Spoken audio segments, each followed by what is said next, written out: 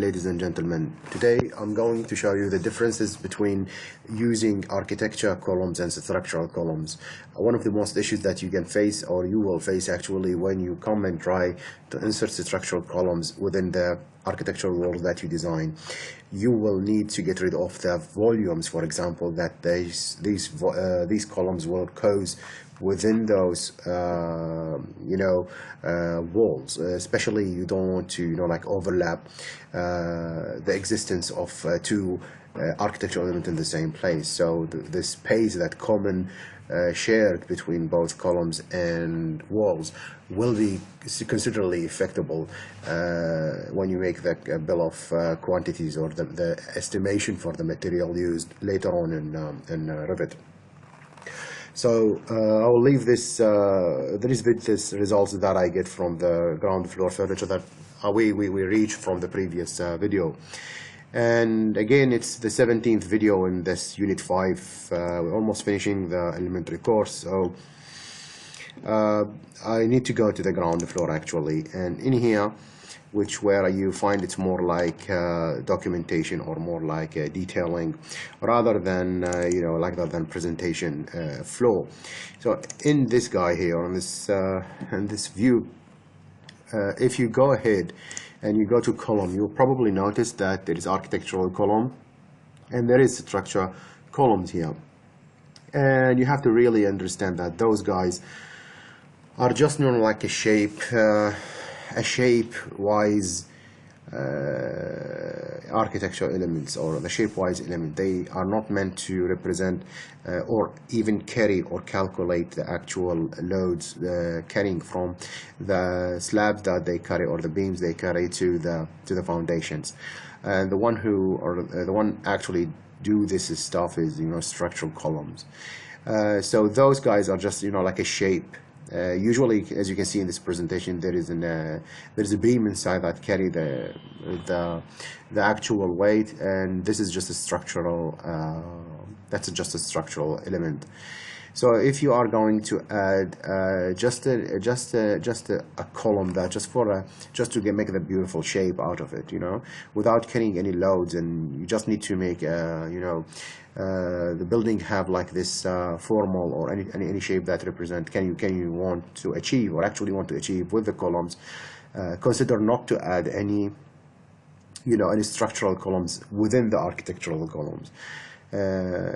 But if it's actually the architectural columns, as in this shape here, is just a cover up for this shape, which is the I-beam that you use in here, or sorry, I-section column that you are using here.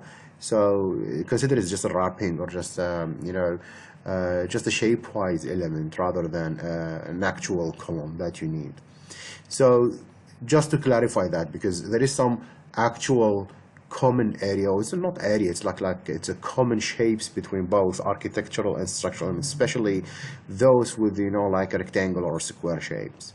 So let's just start with going with the the column, architectural columns. And I'm gonna click in here, and you see that's the column that I defined earlier. And you also can see here some other architectural columns already preloaded, I think, or I loaded. I can't remember if it's preloaded or I just loaded earlier.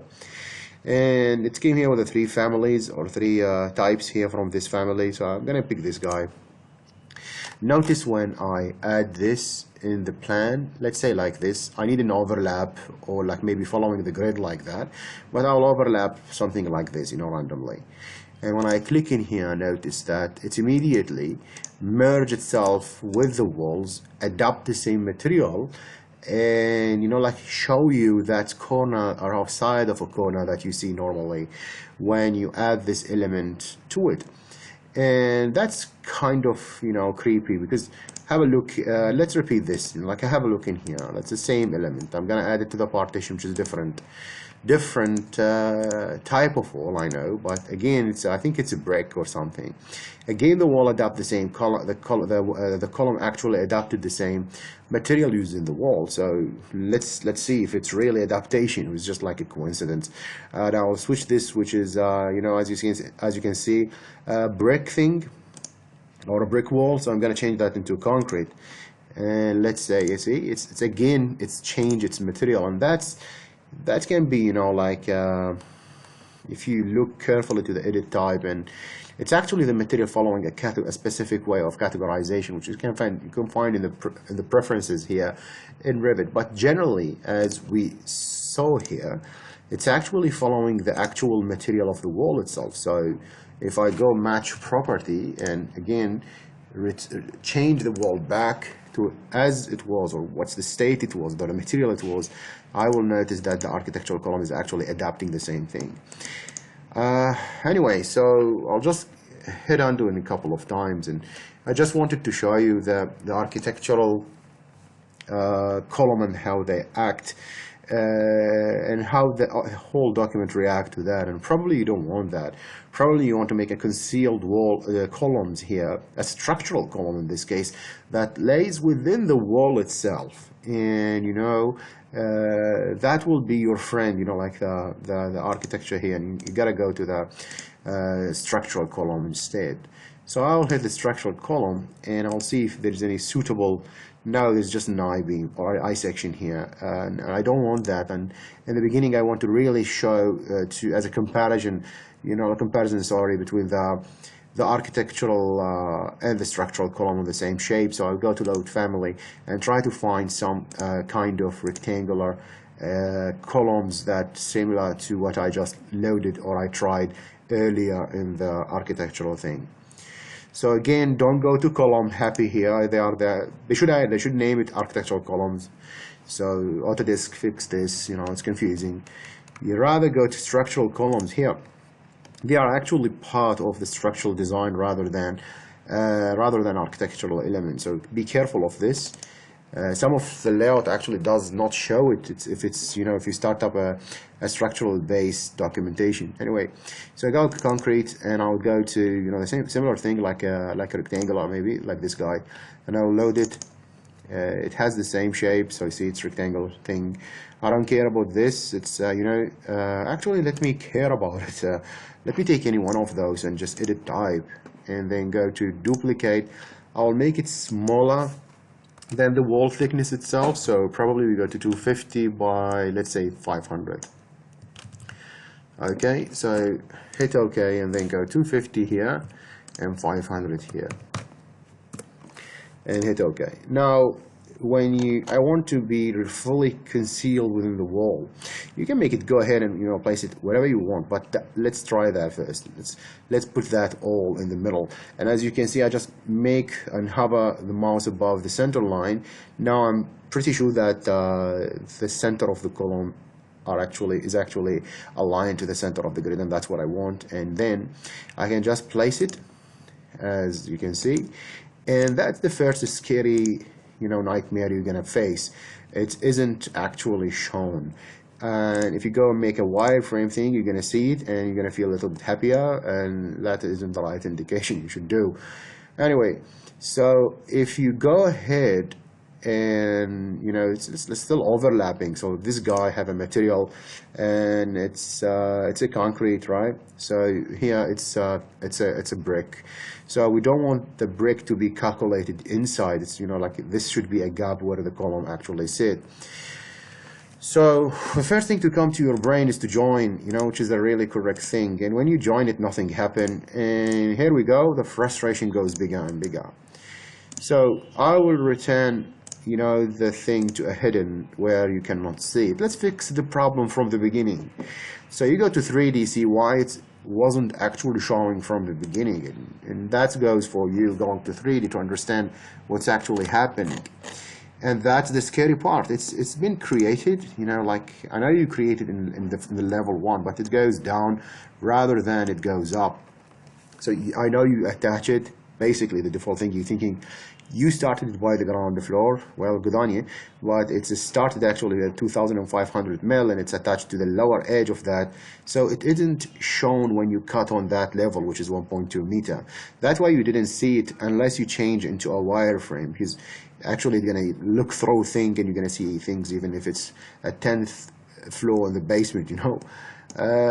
Which is make no sense. So for me, I will say the base floor, I'll keep it the ground floor, and the top level, let's go to level 1. and hit apply. I don't know, let's just get rid of this and make it 0 and hit apply. So technically, if I change a wireframe so I know what I'm doing, and I can see it's perfectly starting from the floor level here, going all the way and overlap again with the slab. And you know how to fix this, right? So just attach, pick the slab, and it should, you know, like the top of it attach to the lower part of the slab itself. And here we go, warning messages, welcome to Revit. The structural column is attached to a non-structural target. That's very right, because you shouldn't mix actually between structural and architectural elements and make the dependency between them, but I'll just ignore that. Nothing seriously harmful gonna happen here. So now when you go back, now you see what happened. You remember we joined it, right? And when you join it, it's actually now that should be a void, you know. So if I select this guy and hit EH on my keyboard, you will notice that this guy is just you know, like just a hollow rectangular shape for the space of that column. And let's just go here, shade that thing, and I'll just go right click, and then where it is, align view, orient view of the plan, and then with the ground floor. So alright, so make this 3D. You see the column here? It's look like an anatomy session. Anyway, etch again, see? That's what happened when you join it, you know, like it's remove the brick part of the wall that overlap with the column space, and that's the right thing to be done, because otherwise you're gonna, you know, like duplicate. You're gonna calculate a brick here or a column here or structural thing or concrete, whatever, which is actually not actually existed, which cause a significant increase in the size of the material quantity that you need to, you know, to calculate accurately later on. That's been said. So you need actually, you remember to, you know, make the, you know, you make the join thing, so you know to get rid of this. Anyway, I'll select this, right click, and then unhide the element, and you know, push that up or align it. It's up to you. I can just align that here, tab here, and then this guy here. Alright, so now I'll just copy this, as you can see, from that point, and I'll just you know, put that in here just to make another copy of it. I'll hit pause for a second.